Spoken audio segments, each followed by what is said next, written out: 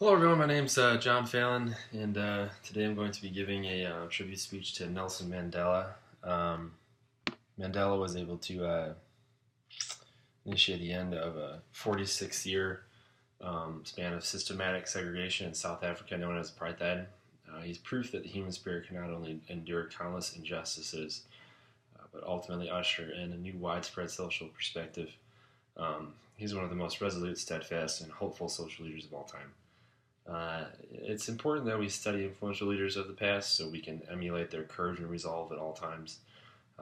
Remember a useful perspective and build on lessons that they have taught everybody. Um, so Mandela's life and journey is full of obstacles and achievements, and I could spend hours and hours talking about all of them. But for the purposes of this speech, I'm just going to focus in on two main scenarios in which he accomplished something nothing short of amazing and really unified a country that could not have been more divided. So, first off, Mandela spent 27 years in prison. He spent 18 of those 27 years in a prison called Robben Island. His cell block was 8 by 7 feet. He slept on a concrete floor. His bathroom was a bucket. And in my mind, this is the worst part of it. He was allowed one visitor per year for 30 minutes. Okay, so he was essentially he was completely isolated. Um, but Nandelsa left prison finally and was immediately ready to forgive the country and the people that put him there. And ultimately, he became the first president of a democratic South Africa. Um, so now that he's out and he is compassionate towards the country that put him in prison, towards everybody there, and all he wants at this point is unity and peace. But just because he's president, that doesn't mean that the country is now unified under him. At the social level, they were still completely and utterly divided. So Mandela, being a wise and humble president, noticed that everybody in the country, regardless of their skin color or background, was passionate about rugby and loved rugby. And he didn't care how simple it was or the fact that it was a sport. He recognized that it was a universally understood language. It was something that the entire country could relate to, and it served as a common ground. Okay, so Mandela did something.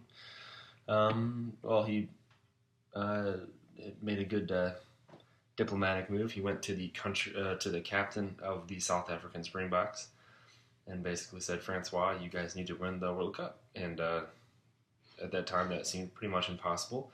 South Africa has always had a good rugby team, but winning the World Cup was, that be very, very difficult. But after he asked them that, they started winning their games and eventually found themselves in the World Cup facing off against the best team in the world, the New Zealand All Blacks. Now, people, black, white, whatever their skin color, they're watching this game in the stadium. They're watching this game at the local pub or the bar, their homes and their neighborhoods.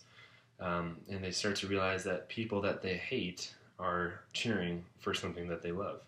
And that initiated the end of the mindset of us, them. They realize that they have an astronomical amount more in common than they do different. So I just think that that's pretty awesome that such an esteemed individual recognized that something so simple and old as sports could be used to bring together a country that could not have been more divided. So Mandela has arguably the strongest resolve of any social leader. He, remained steadfast through 27 years of prison. After being elected president, he held no ill will towards the people that put him there. Instead, he strove for unity.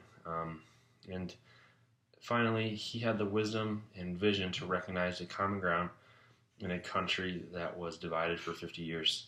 And he utilized the South African Springboks, that's the national rugby team, as a tool for unity.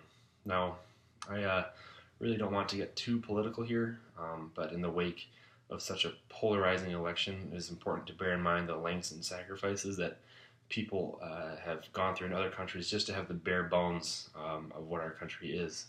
Um, So hopefully we can build on great things and realize that things could be a whole lot worse than they are right now. And Mandela's journey serves as a reminder of how important peace and unity are, and that they should never be compromised for economic or political views. And I almost forgot here. I just realized I had my object. These are my rugby cleats. They're not rugby specific cleats. I meant to use a rugby ball, but I'm home for the holidays, and well, I forgot that.